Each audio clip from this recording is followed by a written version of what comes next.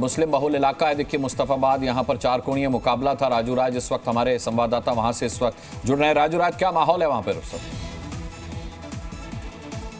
बिल्कुल अनुराग, बता देना चाहूंगा कि ये मुस्लिम मोहल्ला है, मुस्तफाबाद का सीट है, हॉट सीट माना जाता था क्योंकि ओवैसी लगातार यहाँ चुनाव प्रचार कर रहे थे, काफी संख्या में भीड़ था। लेकिन इस बार भाईजान ने लगता है बीजेपी के पक्ष में वोट किया क्योंकि मोहन सिंह बिष्ट यहाँ पर 21,000 वोटों से आगे चल रहे हैं। ये बताइए चाचा कि मोहन सिंह बिष्ट 21,000 वोटों से आगे चल रहे हैं, क्या आप लोग ने बीजेपी को वोट कर दिया? वोट दिया है, वोट दिया मुसलमानों ने भी दिया। दिया। ताहिर हुसैन का प्रति सिंपैथी चल रहा था, काफी भीड़ थी वहाँ पे। वो देखने वाली भीड़ थी, बस देखने वाली भीड़ थी। आप बताइए, ताहिर हुसैन के भीड़ काफी थी लेकिन मोहन सिंह बिष्ट 21,000 वोटों से आगे चल रहे हैं। हाँ, ये 21,000 वोटों से आगे चल रहा है। ताहिर हुसैन को सिर्फ इसके ये था, ताहिर हुसैन के चाहने वाले, ओवैसी के चाहने वाले बहुत थे, उसके साथ थे। हमारे लोगों ने उनके साथ भी धोखा किया, वोट नहीं दिए उनको, इसीलिए अभिषेक तिवारी भी बिल्कुल। तो देखिए निकलकर मुस्तफाबाद सीट से ये सामने आ रहा है कि मुसलमान वोटर ने इस बार बीजेपी को वोट दिया है, यानी मुसलमान वोट बटा है और इसीलिए 41 सीटों पर अभी फिलहाल के आंकड़े की अगर मैं बात करूं तो 40 हो गए। लीजिए फिर ये 30-40 हो चुका है। मैं जल्दी से अब रुक कर लेती हूं अभिषेक तिवारी जी का। अभिषेक जी, ये तो ठीक है कि आप अच्छा आम आदमी पार्टी का गेस्ट हमारे साथ नहीं है, ये मुझे समझ में नहीं आ रहा जयशंकर जी की गिनती जो है ओखला में भी देखिए 3 राउंड की पूरी होगी, 30-40 चल रहा है, ये किस बात का जश्न आम आदमी पार्टी के कार्यकर्ता मना रहे हैं? अब ये तो आम आदमी पार्टी के लोग ही बता पाएंगे। मतलब आप बताइए कि इतना अनुभव कि भाई ये क्या चीज इनको ये पीछे से इतना उत्साहित कर रही है, ये जोश इनका हाई है अभी भी? मैं जिस तरह से 19-20 के बाद ये 30 तक पहुंचे हैं, उनको उम्मीद लग रही होगी कि शायद आगे वाले राउंड में हो सकता है कि 35-36 का आंकड़ा पार कर सके, ऐसा लेकिन लगता नहीं है। देखिए हम लोग शुरू से ही कांटे की टक्कर मानते रहे हैं और बीजेपी का अपर हैंड। मैं अब एक सवाल मेरे दिमाग में है और रामकृपाल जी, अब क्योंकि आप बीच में बोले तो मैं आप ही से वो सवाल लूंगी। मेरा सवाल ये है कि पिछली बार विधानसभा के चुनाव में अगर हम बीजेपी के चुनाव प्रचार को देखें तो वो बहुत अजीबोगरीब चुनाव प्रचार था, शाहीन बाग केंद्रित चुनाव प्रचार था, कभी बिजली से बटन दबा के करंट लग रहा था, मारो सालों को, मतलब बहुत अलग तरीके का। लेकिन इस बार बीजेपी कुल मिलाकर आम आदमी पार्टी की पिच पर उतरी और उनकी पिच पर उतरकर छक्का मारा और उनको धराशायी किया। क्या इससे आप सहमत हैं? मैंने बिल्कुल, ये देखिए मैंने वही बात कही कि जो अरविंद केजरीवाल वैकल्पिक राजनीति और लोकपाल की बात करके आए थे, लेकिन उनका यूएसपी जो बना वो बना फ्रीबीज। नहीं, मैं बीजेपी की बात कर रही हूं। मैं इसीलिए कह रहा हूं। हाँ। तो बीजेपी ने ये जान लिया कि जब तक अरविंद केजरीवाल के लेवल पर नहीं खड़े हो गए, उसके लेवल पर खड़े होइए और फिर उससे आगे कुछ दीजिए। तो ये जो हुआ ना कि हम भी उसी लेवल पे, हमसे भी फ्रीबीज। इसको मैं ऐसे, विजय त्रिवेदी, इसको मैं ऐसे ट्रांसलेट करूं कि वो बीजेपी जो दूसरे राजनीतिक दल को अपनी पिच पर उतार लेती थी, अब चाहे वो लोकसभा चुनाव देखा जाए, चाहे वो महाराष्ट्र का, हरियाणा का, अब आम आदमी पार्टी की पिच पर आकर दिल्ली में बीजेपी ने आम आदमी पार्टी को पराजित किया है। बिल्कुल आम आदमी के पिच पर ही, बल्कि ये पूरा इलेक्शन आम आदमी पार्टी के पिच पर ही लड़ा गया। क्योंकि आप सोचिए, जब पहले भारतीय जनता पार्टी फ्री बीज की बात करती थी कि भाई फ्री बीज है, जितनी रेवड़ी उन्होंने उसका नाम दिया था, तो अरविंद केजरीवाल जी ने जो पहला कैंपेन शुरू किया उसका नाम दिया रेवड़ी पर चर्चा, कि आ जाइए। और फिर फाइनली भारतीय जनता पार्टी को उसी पिच पर आकर कहना पड़ा कि जो केजरीवाल की योजनाएं हैं, फ्री बीज है, उसको हम लागू करेंगे। बल्कि उससे आगे बढ़ गए, वो 2100 रुपए दे रहे थे, आप 2500 रुपए पर आ गए। तो लड़ाई लड़ने के लिए आपको उस पिच को, हालांकि ये पेज अभी किसी को पता नहीं है, सबने बहुत ध्यान से मैनिफेस्टो पढ़ा नहीं है बीजेपी का, उसमें लिखा है सिर्फ गरीब महिलाओं को।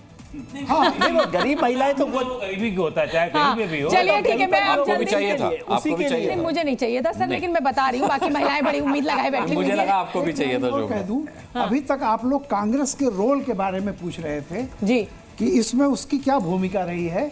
तो जिस दिन चुनाव की घोषणा हुई थी, चुनाव आयोग ने की थी, उसी दिन से कांग्रेस एक तरह से कह रही है इशारे में कि हमारे भरोसे मत रहना। देखिए हमसे ना हो पाएगा। मैंने इनसे अनुराग जी से कहा था इनके एक शो में कि देखिए कांग्रेस अगर मन से लड़ेगी तो बीजेपी को फायदा पहुंचेगा, और बिना मन के लड़ेगी तो आप पार्टी को फायदा। सर मुझे लगता है कि अब प्रत्युष मेरे सहयोगी जो है वो ब्रेकिंग न्यूज के साथ तैयार है। जल्दी से प्रत्युष और चंदन का मैं रुख कर लेती हूँ।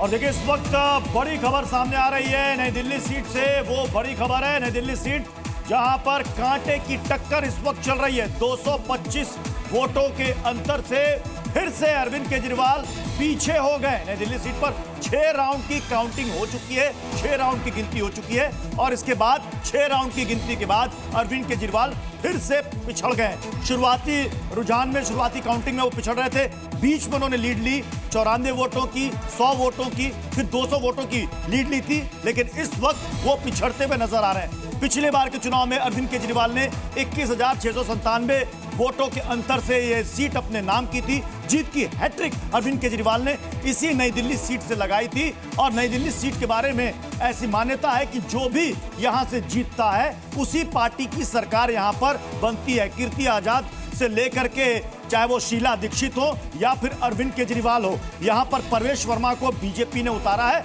लेकिन लोग कह रहे हैं कि संदीप दीक्षित जो कि यहां से उम्मीदवार है। रवि का मुझे रुख करना होगा। रवि के साथ संदीप दीक्षित मौजूद है जो नई दिल्ली सीट पर तीसरे नंबर पर चल रहे हैं। रवि, फटाफट बात कराइए। बिल्कुल बिल्कुल बिल्कुल बिल्कुल देखिए, सबकी निगाहें टिकी हुई है चुनाव आयोग के स्क्रीन पर और ये चुनाव आयोग का स्क्रीन है।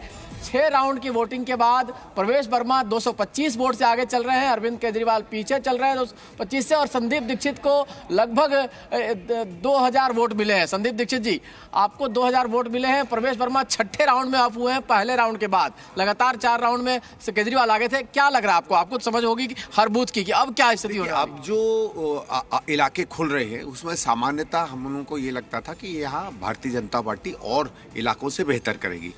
तो जहां उनके कमज़ोर इलाके थे, स्वाभाविक है वहां भी उन्होंने अच्छा वोट पाया है। तो मुझे ये लग रहा है कि जो लीड अभी ली है परवेज जी ने, शायद वो पूरी ना कर पाए आम आदमी पार्टी। बस देखिए, वोट तो कहीं भी पड़ सकता है, क्योंकि अभी सरोजनी नगर का, लक्ष्मीबाई नगर का, पिलंजी का थोड़ा बहुत और बीके दत्त कॉलोनी के इलाके बचे हैं, उनमें भारतीय जनता पार्टी सामान्यतः अच्छा करती है। तो आपको लग रहा है कि ये सीट भाजपा जीत जाएगी? कह नहीं सकते। अभी जो ट्रेंड है, अभी मुझे लगता है कि आप अभी तो असली में जब मैं गया था तो 7वां खुल के 8वां शुरू हो रहा था, तो 7 और 8 के एक बार रिजल्ट आ जाए तब तक आपको पता चल जाएगा। आपका वोट इतना कम क्यों रहा? आपको लग रहा था कि इतना कम होगा? नहीं, हम लोग ज्यादा एक्सपेक्ट कर रहे थे। हम समझ रहे थे कि अच्छा वोट पड़ेगा 12-15%, लेकिन अब वो तो कह नहीं सकते, जो है सो है।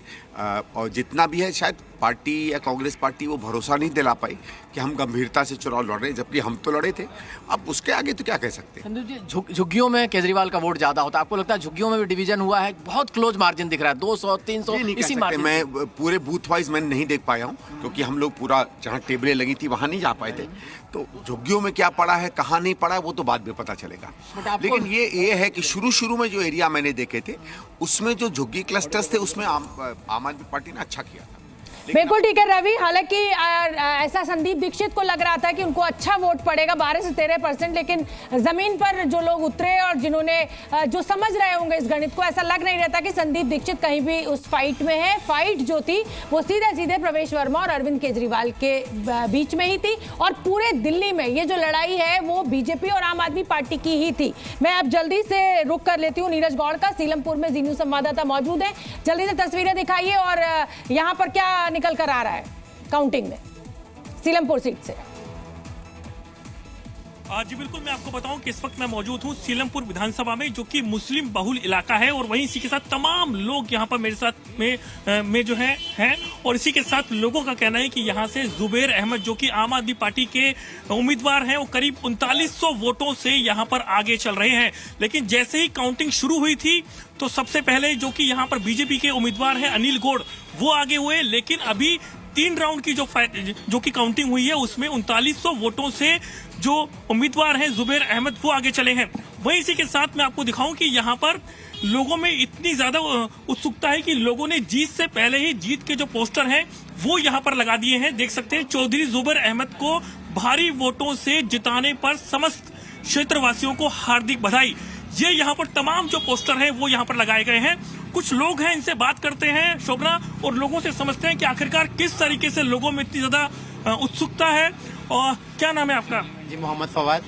क्या माहौल है एकदम से? जी यहाँ का माहौल बिल्कुल एक तरफ हो चुका है। चौधरी जुबैर इंशाल्लाह कम से कम 50,000 वोट से जीतेंगे और क्या कहते हैं, कांग्रेस के उम्मीदवार जो है अब्दुल रहमान कहीं से कहीं तक हमसे आगे नहीं निकल सकते। जी। कौन जीतने वाला है? चौधरी जुबैर। कैसे कह रहे हैं आप? भाई काम करते हैं यहाँ पर भाई वो, और क्या कहते हैं, अब बीजेपी अनिल गौड़ जो है वो उनसे उनकी टक्कर सिर्फ, और उसके अलावा सिर्फ एक जगह वो पीछे हुए हैं चौधरी जुबैर। उसके बाद वो चौधरी जुबैर बिल्कुल आगे नहीं आएंगे वो अब। सिर्फ एक जगह पीछे रहे हूँ, उसके बाद हर जगह चौधरी दुबे आगे चलते रहेंगे अब, और कम से 40 से 45 साल वोटों का मार्जिन रहेगा उनका। देखिए शोभना, मैं आपको बताऊं कि ये सीट जो है इसलिए भी दिलचस्प है क्योंकि जो कि जुबैर अहमद हैं वो चौधरी मतीन अहमद के बेटे हैं। वो पहले आम आदमी पार्टी में थे, क्योंकि कांग्रेस में थे, उसके बाद प्रमोद शाहीन बाग से हमारे साथ जुड़े हुए हैं। ठीक है, लौटेंगे आपके पास। प्रमोद शाहीन बाग से हमारे साथ जुड़े हुए हैं।